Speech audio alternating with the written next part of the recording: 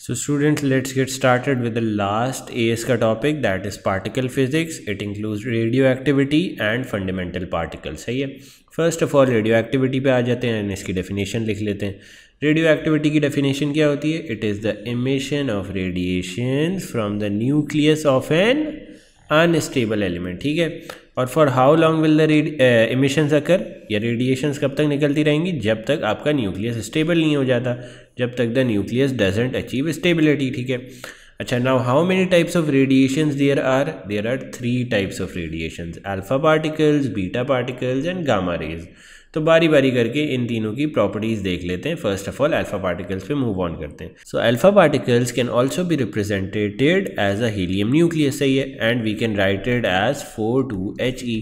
इसका मतलब क्या है कि मास नंबर, और मास नंबर क्या होता है? Mass number is basically protons and neutrons का sum, and protons and neutrons का sum for alpha particles is equal to what? 4. And number of protons कितने हैं अल्फा पार्टिकल में, या प्रोटॉन नंबर या एटॉमिक नंबर कितना होता है अल्फा पार्टिकल्स के लिए? Is equals to 2. ओके. तो अगर ये दोनों चीज़ें आप देखो तो आप कैलकुलेट कर सकते हो न्यूट्रॉन्स कितने होते हैं अल्फा पार्टिकल्स में. Yes, you can calculate that. आपको पता है न्यूट्रॉन्स 2 हैं और न्यूट्रॉन्स और प्रोटॉन्स का सम 4 है. So if you substitute this 2 की वैल्यू हियर, जिधर प्रोटॉन लिखा है, you will get n+2 is equals to 4. Neutron कितने आ जाएंगे? 4 - 2 इज इक्वल्स टू 2. तो हमें क्या पता चल गया कि एक अल्फा पार्टिकल में 2 प्रोटॉन होते हैं, 2 न्यूट्रॉन होते हैं, एंड मास नंबर जो प्रोटॉन और न्यूट्रॉन का सम होता है for alpha particle, that is equal to 4. और प्रोटॉन नंबर या एटॉमिक नंबर क्या होता है अल्फा पार्टिकल्स का? 2. ठीक है. Now let's move on to the second property. ठीक है. सेकंड प्रॉपर्टी क्या है? It can be represented as a helium nucleus. ये भी हमने पढ़ लिया. ठीक है.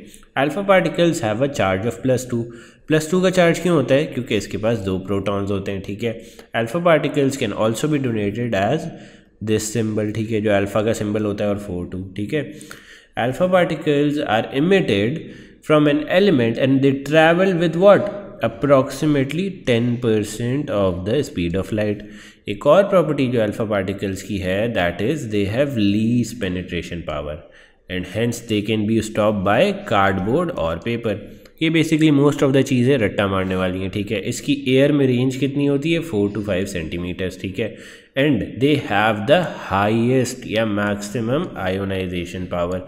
तो ये कुछ चीज़ें रट्टा मारने वाली हैं for every particle, that you must remember. ठीक है. अच्छा, when an alpha particle is emitted, तो इक्वेशन जो होती है ना आपकी, जो इसमें एलिमेंट पहला, let suppose x is the element before alpha particle की emission, y is the element after alpha particle की इमिशन. तो दोनों में फ़र्क क्या आया है? बेसिकली मास नंबर से आप -4 करते हो, और प्रोटॉन नंबर या एटॉमिक नंबर से आप -2 करते हो. When ever what happens, when ever there is an emission of alpha particle. तो मास नंबर से अगर 4 हटाया तो 220 से किस पे आ जाएगा? 216 पे. प्रोटॉन नंबर या एटॉमिक नंबर से 2 हटाया तो वो 82 से किस पे आ जाएगा? 80 पे. और whenever alpha particle is emitted, this is the procedure. You subtract 4 from the mass number और द टॉप वाला number, and you subtract 2 from the bottom या प्रोटॉन नंबर. ठीक है. Now let's move on to the properties of a beta particle. ठीक है. Beta particle basically resembles an electron. ठीक है. Beta particle can be written like this or written like this. ठीक है. Beta particles have negligible mass and a charge of -1 because they represent an electron. Simple सी बात है. ठीक है. Beta particle travel किस स्पीड से करते हैं एयर में? 90% of the speed of light से. ठीक है. They have medium penetration power. तो ये किससे स्टॉप हो जाएंगे? एल्युमिनियम शीट से. And they have a range of few metres in the air. ठीक है. और इनकी आयोनाइजेशन पावर क्या होती है? Medium ionisation power. So these are some things जो आपको हर पार्टिकल के लिए याद रखनी पड़ेगी. अच्छा, ये इक्वेशन देखो.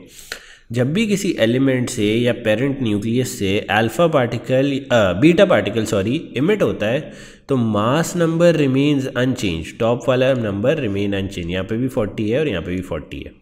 जो बॉटम वाला नंबर होता है या प्रोटॉन नंबर होता है उसमें 1 ऐड हो जाता है। देख रहे हो 20 से 21 चले गए हम, सो 1 ऐड हो गया इसमें, ठीक है। Always this will be the case, जब भी बीटा पार्टिकल इमिट होगा तो प्रोटॉन नंबर या एटॉमिक नंबर में +1 हो जाएगा, मास नंबर सेम रहेगा, ठीक है। Now here is a question that has x। What is the notation of x? x की नोटेशन है बच्चों 230 and 82 and it emits first an alpha particle, then beta, then alpha, then beta. So let's calculate its final notation, ठीक है। हमारे पास initial notation ये है और first उसने क्या इमिट किया है? फर्स्ट उसने एक अल्फा पार्टिकल इमिट किया है, तो अल्फा पार्टिकल इमिट किया है तो मास नंबर क्या हो जाएगा? -4, प्रोटॉन क्या हो जाएगा? -2, तो क्या आ जाएगा? 2 2 6 and 80x, ठीक है। उसके बाद उसने क्या इमिट किया है? बीटा इमिट करते हो तो क्या होता है? मास नंबर सेम रहता है 2 2 6 एंड प्रोटॉन नंबर में क्या होता है? 1 ऐड हो जाता है, 81 हो जाएगा। उसके बाद क्या किया इसके बाद इसने वापस बीटा इमिट किया है तो मास नंबर सेम रहेगा 2 2 6 और बीटा इमिट किया है तो प्रोटॉन नंबर क्या हो जाएगा? +1। उसके बाद उसने क्या किया? एक और अल्फ़ा इमिट कर दिया है, so let me draw it here ताकि ये सवाल भी विजिबल रहे, ठीक है। उसके बाद उसने अल्फ़ा इमिट किया है तो क्या होगा? Mass number will be subtracted by force, 2 2 6 से क्या हो जाएगा? 2 2 2 और प्रोटॉन नंबर क्या होगा? -2, 80 हो जाएगा। उसके बाद वापस वह अल्फ़ा इमिट कर रहा है तो वापस मास नंबर क्या हो जाएगा? -4, 218 और प्रोटॉन नंबर क्या हो जाएगा? -2, 78। अब उसके बाद उसने वापस क्या इमिट किया है? बीटा, तो मास नंबर क्या रहेगा? सेम 218 और प्रोटॉन नंबर में क्या हो जाएगा? +1। फाइनल नोटेशन क्या आ जाएगी? 218 as the mass number and proton number या एटॉमिक नंबर क्या होगा? 79। अच्छा, now let's move on to the properties of gamma radiations. Gamma radiations are basically electromagnetic waves, ठीक है। इनका ना मास होता है ना ही चार्ज होता है and they are represented either in this form और इन दिस फॉर्म, ठीक है। Gamma travels with the same speed as the speed of light and it has the maximum range in air. It can travel indefinitely in air, ठीक है। Gamma की penetration power भी maximum होती है, ठीक है, and they need to be stop by thick lead sheets, ठीक है। लेकिन गामा की जो आयोनाइजेशन पावर होती है दैट इज़ लीस्ट और 0, ठीक है। एंड गामा की डिके इक्वेशन कुछ नहीं होती। अल्फ़ा की हमने डिके इक्वेशन देख ली थी और बीटा की देख ली थी, गामा की कुछ नहीं होती। अब behaviour of alpha beta gamma हम देखते हैं with in an electric field या फिर पॉजिटिव और नेगेटिव चार्जेस के बीच में, हाउ विल दे बिहेव, ठीक है। अल्फ़ा जो होगा वो डिफ्लेक्ट कर जाएगा but it will deflect less than beta, ठीक है। बीटा पार्टिकल्स बच्चे डिफ्लेक्ट करेंगे but they will have various deflection की लाइंस। क्यों? क्योंकि बीटा की रेंज ऑफ स्पीड्स काफ़ी होती हैं। Beta has 90 to 99% C is speed of light से चलता है।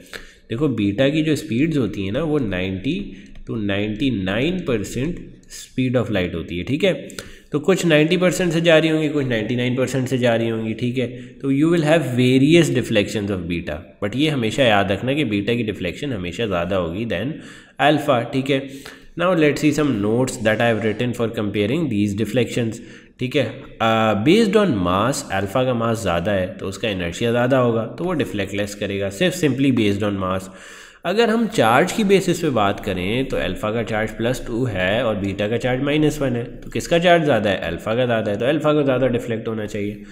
अब अगर हम सिंपली बेस्ड ऑन स्पीड की बेस पे बात करें तो अल्फ़ा की स्पीड क्या थी? 10% of the speed of light और बीटा की स्पीड क्या थी? 90 to 99% of the speed of light. तो ज़्यादा डिफ्लेक्ट कौन सा करेगा? Alpha, due to it being slower, ठीक है।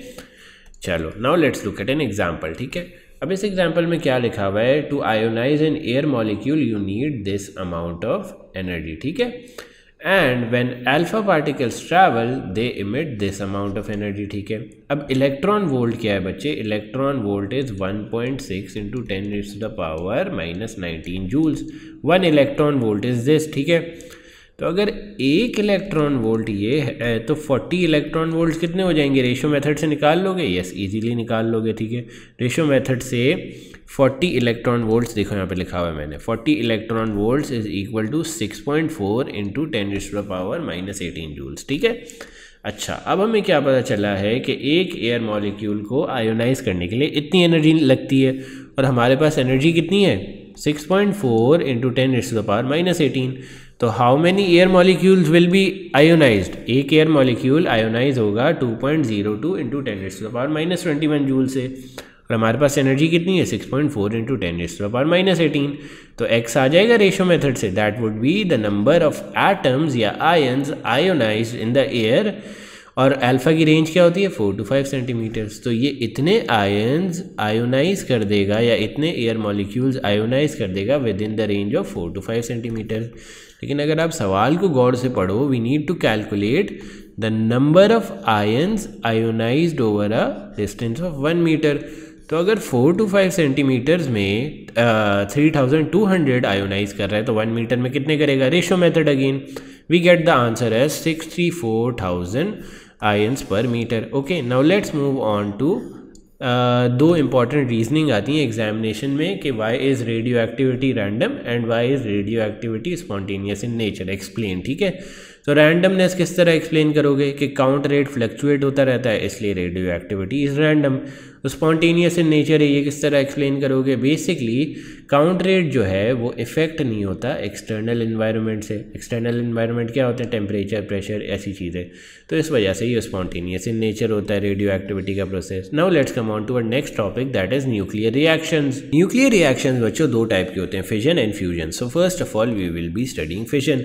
फिजन में बच्चों ये होता है कि if I bring you directly to the equation, क्या होता है, a fast moving neutron is fired at a uranium nucleus. ठीक है, उसकी वजह से क्या होता है, uranium nucleus basically splits into 2 particles, krypton and barium.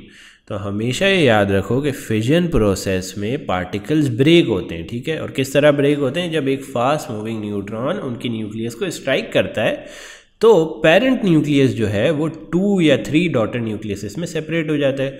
For this case, for AS level हमारे पास फिजन की सिर्फ एक ही इक्वेशन है कि जब एक fast moving neutron uranium nucleus को अटैक करता है तो न्यूक्लियस जो है क्रिप्टॉन न्यूक्लियस और बेरियम न्यूक्लियस में ब्रेक हो जाता है, और इन द प्रोसेस क्या होता है, 3 और न्यूट्रॉन्स भी रिलीज होते हैं और एनर्जी भी रिलीज होती है। ठीक है, this is basically a word equation for the nuclear fission reaction. अब हम देखते हैं प्रैक्टिकल इक्वेशन जिसमें वर्ड्स लिखे हुए हों। ठीक है, मतलब बेसिकली सिंबल्स लिखे हुए हों। तो let me show you a practical, ये देखो, ये एक प्रैक्टिकल इक्वेशन है जिसमें वर्ड्स लिखे हुए हैं। तो you must remember this, 1 neutron plus uranium का nucleus is equals to krypton plus barium plus 3 neutrons plus energy. ठीक है, so this is nuclear fission की equation. Now let's move on to the things that we have missed in nuclear fission.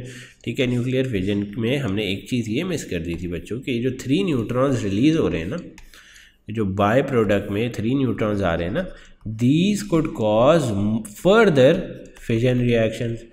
ये use करके आप further fission reaction continue कर सकते हो, क्योंकि आपने यहाँ पे एक फास्ट मूविंग न्यूट्रॉन यूज़ किया है ना, तो इन 3 में से कोई एक को वापस यूज़ कर लो फास्ट मूविंग न्यूट्रॉन की तरह। ठीक है, सो इसी वजह से हम फिजन को एक चेन रिएक्शन भी कहते हैं। ठीक है, this is the same thing that we say fission as chain reaction. ठीक है, फिजन को रोकने के लिए what do we use boron rods. We use boron rods as control rods in nuclear reactors to slow down fission reaction. Simple सी बात है। ठीक है, द डॉटर सेल प्रोड्यूस्ड, अच्छा जो फिजन रिएक्शन के प्रोसीजर में डॉटर सेल्स प्रोड्यूस होते हैं ना, क्रिप्टॉन और barium, these are radioactive materials. और रेडियो एक्टिव मटीरियल्स को किस तरह डंप करते थे, in a lead box and dumping them underground. ठीक है, I have written the procedure here. ठीक है, अच्छा फिजन में जो एनर्जी रिलीज होती है वो किस चीज़ के लिए यूज़ होती है, it is basically use to generate steam. ठीक है, यहाँ पे मैंने लिखा हुआ है। ठीक है,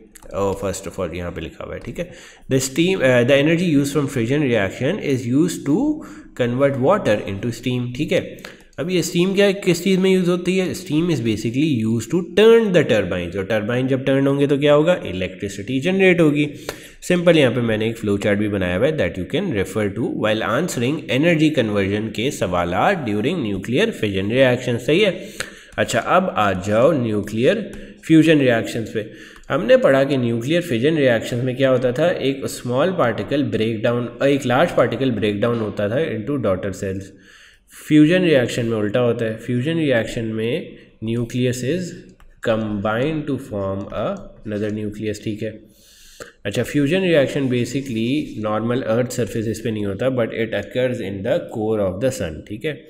और फ्यूजन रिएक्शन की जो एक इक्वेशन हमारे एएस सिलेबस में है that is this one, where hydrogen का isotope 2,1 isotope that is also called deuterium combines with the 3,1 वाला isotope that is called tritium and gives rise to helium nucleus and 1 neutron and energy, ठीक है। Fusion की सिर्फ एक ही equation है AS के सिलेबस में and this is that one, जब ड्यूटेरियम दैट इज़ हाइड्रोजन का 2,1 वाला isotope combines with tritium hydrogen का 3,1 वाला isotope and gives rise to helium and 1 neutron and energy, simple, ठीक है। ऑल्सो एक बात याद रखो कि fusion reactions are always difficult to perform, क्यों? क्योंकि फ्यूजन रिएक्शन में बच्चे यू आर ब्रिंगिंग एक positively charge nucleus towards a positively charge nucleus, क्यों? क्योंकि ड्यूटेरियम के न्यूक्लियस भी बच्चे पॉजिटिवली चार्ज होगा और ट्राइटियम के न्यूक्लियस भी पॉजिटिवली चार्ज होगा, क्यों? क्योंकि न्यूक्लियस बेसिकली कंटेन्स प्रोटॉन्स, तो प्रोटॉन्स अगर न्यूक्लियस में होंगे तो वो पॉजिटिवली चार्ज होगा और दो पॉजिटिवली चार्ज चीज़ों को करीब लाने में रिपल्जन फोर्सेस होती हैं, तो उन रिपल्जन फोर्सेस को ओवरकम करने के लिए fusion always requires a greater amount of energy. यही डायग्राम मैंने यहाँ पे भी बनाई हुई है, ठीक है। And I have written this detailed structure here के प्रोटॉन्स होते हैं न्यूक्लियस में, hence nucleus of both atoms is positively charge, और अगर लाइक चार्जेस को करीब लाना है तो यू मस्ट ओवरकम रिपल्जन की फोर्सेस। उन रिपल्जन की फोर्सेस को ओवरकम करने की वजह से we need higher energy to conduct fusion reaction, simple. Now let's come on to some differences between fusion and fission. भाई फ्यूजन रिक्वायर्स मोर एनर्जी, अभी पढ़ा है, क्यों? क्योंकि we are bringing two positively charge nucleuses towards each other, hence fusion requires more energy. Fusion on the other hand release भी more energy करता है, ठीक है। Fusion indicates combination whereas fission involves breaking down of nucleuses, सही है। Fission is a chain reaction, क्यों? क्योंकि fission के बाय प्रोडक्ट्स में क्या आते थे? 3 neutrons that can be further use to continue the reaction. Fifth point क्या है? फिजन के जो बाय प्रोडक्ट्स होते हैं या प्रोडक्ट्स होते हैं यू कैन से, या डॉटर सेल्स होते हैं, जो क्या थे? Krypton and barium, that are what? ये दोनों क्या थे? दे आर रेडियो एक्टिव, ठीक है। अच्छा, फिजन कहाँ अकर करता है? अभी मैंने बताया, it occurs in the core of the sun, ठीक है, because that is the most heated place जहाँ पे इसको पूरी एनर्जी मिल जाएगी, ठीक है। Now let's come on to the experiment Geiger Marsden alpha particle scattering experiment. ये एक्सपेरिमेंट बेसिकली कंडक्ट इसलिए हुआ था because we wanted to investigate the structure of an atom. अच्छा, ये जब इन्वेस्टिगेशन हुई, ये एक्सपेरिमेंट कंडक्ट हुआ, तो ये कंडक्ट किस तरह हुआ? इसमें हमने एक रेडियो एक्टिव सोर्स यहाँ पे रखी, this red one which I am also highlighting with pink, ठीक है, और यहाँ पे एक GM ट्यूब रखी, यहाँ पे एक काउंटर लगा दिया, ठीक है, और बीच में एक गोल्ड फाइल लग दी। जब ये रेडियो एक्टिव सोर्स यहाँ पे हमने रखी तो व्हाट वी नोटिस वाज कि काउंटर पे एक हाई रीडिंग आई, ठीक है, काउंटर पे एक हाई रीडिंग आई। इसका मतलब क्या था कि most of the radioactive particles pass through the gold foil. तो इसका मतलब क्या है? इसका मतलब ये है कि द एटम्स या गोल्ड फॉइल के एटम्स यू कैन से, या normal atoms have large empty spaces, और न्यूक्लियस उनका क्या है? बहुत ही डेंस और छोटा सा है, और एम्प्टी स्पेसेस लार्ज हैं। ये हमें कंक्लूजन किस तरह पता चली? ये हमें कंक्लूजन इस तरह पता चली क्योंकि most of the radioactive particles pass through the gold foil और GM ट्यूब के काउंटर पे एक हाई रीडिंग दी, सिंपल। सेकेंड कंक्लूजन जो हमें पता चला वो ये पता चला कि some of the alpha particles got deflected, some of the alpha particles, ये जो रेड वाली लाइंस हैं, दे गॉट डिफ्लेक्टेड। अब अगर डिफ्लेक्ट कर रहे हैं अल्फा पार्टिकल्स तो what does it mean? It means कि जो गोल्ड का न्यूक्लियस है दैट इज़ पॉजिटिवली चार्ज, तभी तो alpha particles that are positively charge get deflected या रिफ्लेक्टेड, ठीक है। तो दो कंक्लूजन इस गाइगर मार्सडन एक्सपेरिमेंट से हमने निकाले। We can write this like this. Observation 1 क्या थी? Most of the alpha particles pass right through the gold foil to reach the detector as shown. इससे कंक्लूजन क्या निकला? Size of the nucleus is very small as compare to the size of the atoms. Atoms have large empty spaces. तो ये कभी कभार MCQs में आ जाता है कि इससे कंक्लूजन क्या निकला। ऑब्जर्वेशन 2 क्या थी? कि सम अल्फा पार्टिकल्स या very few alpha particles get deflected through large angles. तो इससे क्या ऑब्जर्वेशन निकली कि अल्फा पार्टिकल्स सिंस पॉजिटिव होते हैं, इनको डिफ्लेक्ट करने के लिए भी कोई पॉजिटिव चार्ज चाहिए। तो अगर ये डिफ्लेक्ट हो रहे हैं तो इसका मतलब क्या है, nucleus is positively charge and small and dense, simple, ठीक है। अब आ जाओ इसके थोड़े से स्ट्रक्चरल या थ्योरी बेस्ड सवाल पे। Suggest how can we infer that the gold nucleus has a very high density whereas the gold atom has a relatively low density. बच्चों गोल्ड न्यूक्लियस जो है वो लार्ज मास, अच्छा बेसिकली डेंसिटी का formula क्या होता है, density is equal to mass over volume. और सवाल में हमें क्या पूछ रहा है, वो कह रहा है हमें कि बताओ कि गोल्ड न्यूक्लियस की डेंसिटी ज़्यादा क्यों है compare to an gold atom. तो बेसिकली बच्चों गोल्ड न्यूक्लियस के अंदर we have large mass in a relatively small volume, ठीक है, a very large mass in a relatively small volume. तो उसकी डेंसिटी क्या होगी, ऑब्वियसली हायर होगी। For gold atom we have the same mass जो कि न्यूक्लियस में था, बट अब क्या हो गई है, स्पेस बहुत ज़्यादा बढ़ गई है, वॉल्यूम बहुत ज़्यादा बढ़ गया है। तो अगर वॉल्यूम बढ़ जाएगा बच्चों तो डेंसिटी को क्या हो जाएगा, कम हो जाएगी, क्योंकि दे आर इन्वर्सली प्रोपोर्शनल। तो हेंस वी कैन से कि गोल्ड न्यूक्लियस में लार्ज मास है विद इन स्मॉल वॉल्यूम, इसलिए उसकी डेंसिटी हाई है। हाउएवर गोल्ड एटम में वही सेम मास है बट वॉल्यूम बहुत ज़्यादा हो जाता है, वॉल्यूम ज़्यादा हो जाएगा तो बच्चों density for gold atom will decrease, simple. अब why was the gold foil selected instead of any other atom, क्योंकि गोल्ड फॉयल इसलिए सेलेक्ट की थी क्योंकि it is chemically inert and gold has many protons in it nucleus. तो एक positively charge nucleus बन जाता है, ठीक है, स्ट्रॉन्ग पॉजिटिवली चार्ज, तो ये अल्फा पार्टिकल्स को स्ट्रांगली डिफ्लेक्ट करेगा। अब why were alpha particles use instead and not beta, इसका भी सिंपल जवाब है, because beta have a range of kinetic energy, तो फोर्स डिफरेंट आ जाती। काइनेटिक एनर्जी डिफरेंट क्यों होगी बीटा पार्टिकल्स की, because we studied beta particles की speed in air is 90 to 99% of the speed of light. तो इनकी वेरी करती है स्पीड, तो इनकी काइनेटिक एनर्जी भी वेरी करेगी, इसलिए इनकी फोर्स भी वेरी करेगी, ठीक है। बीटा पार्टिकल को ना यूज़ करने का दूसरा रीज़न ये था कि बीटा पार्टिकल का नेगेटिव चार्ज होता है and hence it will get attracted instead of getting repelled. तीसरा रीज़न क्या था बीटा पार्टिकल को ना यूज़ करने का, because they will get influence by the electrons in the outer orbit of the gold foil, simple.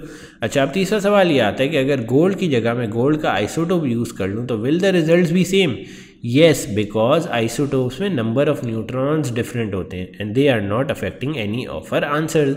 Now let's come on to a last topic of particle physics, that is fundamental particles. Fundamental particles की definition basically ये होती है कि these are all the particles that make up an atom, ठीक है। अच्छा इसकी 3 families होती हैं, hadron family, boson family and lepton family. These 2 are considered as fundamental particles and fundamental particles and hadron family is not a fundamental particles. ये अब मैं आगे समझाता हूँ क्यों, ठीक है। हैड्रॉन फैमिली में क्या क्या होता है, प्रोटॉन, न्यूट्रॉन एंड मीसॉन, ठीक है। Proton and neutron are basically substances that are made of 3 quarks, ये याद रखो 3 कॉर्क्स से मेड होते हैं and these are called baryons, ठीक है, बेरॉन्स कहते हैं। जो भी सब्सटेंस हैड्रॉन फैमिली में 3 कॉर्क्स से बना होगा उसे क्या कहेंगे, बेरॉन्स। और जो भी सब्सटेंस 2 कॉर्क्स से बना होगा उसे क्या कहेंगे, मीसॉन्स। सिंपल याद रहेगा, 2 ही स्टफ्स हैं जो याद रखने। अगर कोई सब्सटेंस हैड्रॉन फैमिली में 2 कॉर्क्स से बना होगा तो उसे क्या कहेंगे, मीसॉन। अगर कोई सब्सटेंस हैड्रॉन फैमिली में 3 कॉर्क्स से बना होगा तो उसे क्या कहेंगे, बेरॉन, सिंपल। अच्छा हैड्रॉन्स जो हैं वो फंडामेंटल पार्टिकल्स नहीं है क्योंकि ये एंटी कॉर्क्स और कॉर्क्स से फर्दर बने हुए होते हैं, ठीक है। लेप्टॉन्स और बोसॉन्स जो हैं वो यू कैन से कि दे आर फंडामेंटल पार्टिकल्स। अच्छा कॉर्क्स जो हैं वो फर्दर 6 टाइप्स में डिवाइड होते हैं, this you will have to learn. Up quark, down quark, strange quark, charm quark, top quark, bottom quark, ठीक है। और इन सब के चार्जेस भी आपको याद होने चाहिए। ये जो ई लिखा हुआ है ना, दिस रिप्रेजेंट्स बेसिकली इलेक्ट्रॉन का चार्ज, दैट इज 1.6 × 10⁻⁻⁻19 कूलम। अच्छा एंटी कॉर्क्स भी बच्चों 6 फेजेस में डिवाइड होते हैं, up cork, charm quark, top quark, bottom cork, down cork and strange cork, ठीक है। इन सब के चार्जेस भी आपको याद होने चाहिए, ओके। अच्छा now let's move on to a composition of a proton. Proton किस तरह बनता है, proton is made up of 2 up quarks and 1 down quark. तो अप कॉर्क की क्या वैल्यू थी, positive 2e/3 plus 2e/3 minus down quark की क्या वैल्यू थी, 1/3e, ठीक है। तो we sum all these up तो क्या आएगा, 4/3e माइनस 1/3e। तो टोटल चार्ज क्या आ जाएगा प्रोटॉन पे, 1e। इसीलिए हम कहते हैं कि a proton is made up of 2 up quarks and 1 down quark. Up quark का क्या चार्ज क्या होता है 2/3e, डाउन कॉर्क का चार्ज क्या होता है -1/3e, सिंपल। अब let's move on to the composition of a neutron. बच्चों न्यूट्रॉन बना होता है एक अप कॉर्क से एंड 2 डाउन कॉर्क से। तो अप कॉर्क की चार्ज क्या होती है 2e/3, प्लस में डाउन कॉर्क की चार्ज क्या होती है -1/3e। तो इन सब की सम करोगे तो आपका आंसर क्या आएगा 0, and this satisfies a neutron की थ्योरी कि न्यूट्रॉन का चार्ज 0 होता है। हेंस वी से कि neutron is made up of 1 up quark and 2 down quarks. अच्छा, now we move on to the leptons family. Leptons family are basically the fundamental particles. आप इसे fundamental particles कह सकते हो। इसमें क्या क्या आता है, इलेक्ट्रॉन आता है एंड पॉजिट्रॉन आता है। इलेक्ट्रॉन को रिप्रेजेंट करने के ये 3 तरीके हैं, पॉजिट्रॉन को रिप्रेजेंट करने के ये 3 तरीके हैं, ठीक है। अच्छा, लेप्टॉन्स फैमिली में न्यूट्रिनो एंड एंटी न्यूट्रिनो भी आता है, ठीक है। न्यूट्रिनो का मास नंबर भी 0 है और प्रोटॉन नंबर भी 0 है, and we represented by a V sign, ठीक है, with these dashes at the end, ठीक है। एंटी न्यूट्रिनो को किस तरह रिप्रेजेंट करते हैं, वी साइन ही होता है, बस ऊपर एक डैश आ जाता है, ठीक है। अच्छा, लेप्टॉन फैमिली के 2 और पार्ट भी हैं, muons and tau, but we don't consider that, ठीक है। Now let's study how these leptons are formed basically, ठीक है। तो leptons are believe to be formed when one neutron decays inside a nucleus and splits into a proton, an electron and an antineutrino, ठीक है। पहला तरीका जो leptons बनाता है, बेसिकली 2 तरीके हैं जिनसे लेप्टॉन्स बनते हैं। फर्स्ट तरीका क्या है, जब एक न्यूट्रॉन ब्रेक करता है into a proton, electron and anti neutrino, ठीक है। अच्छा, सेकंड तरीका क्या है लेप्टॉन्स बनाने का, it is when proton decays into a neutron, positron and neutrino, ठीक है। क्लियर है, ये 2 तरीकों से लेप्टॉन्स बनते हैं। Now let's move on to a third type of family, that is boson family. Boson family के 4 पार्ट हैं। The last 3 are not included, only gamma rays and gamma photons are included in your AS का syllabus, ठीक है। अच्छा, how are gamma rays और gamma photons produce. Gamma rays और gamma photons बच्चे जब प्रोड्यूस होते हैं जब एक इलेक्ट्रॉन इंटरैक्ट करता है या मिक्स होता है विद अ पॉजिट्रॉन, और ये कुछ इक्वेशंस हैं that give rise to the formation of photon. ये बेसिकली सेम ही इक्वेशन है बट डिफरेंट सिंबल्स लिखे हुए, ठीक है। So this marks the end of the AS syllabus. I hope everything was clear. अगर आपको अभी भी कोई क्वेश्चन है, you can ask me in the comments below और go through the videos again.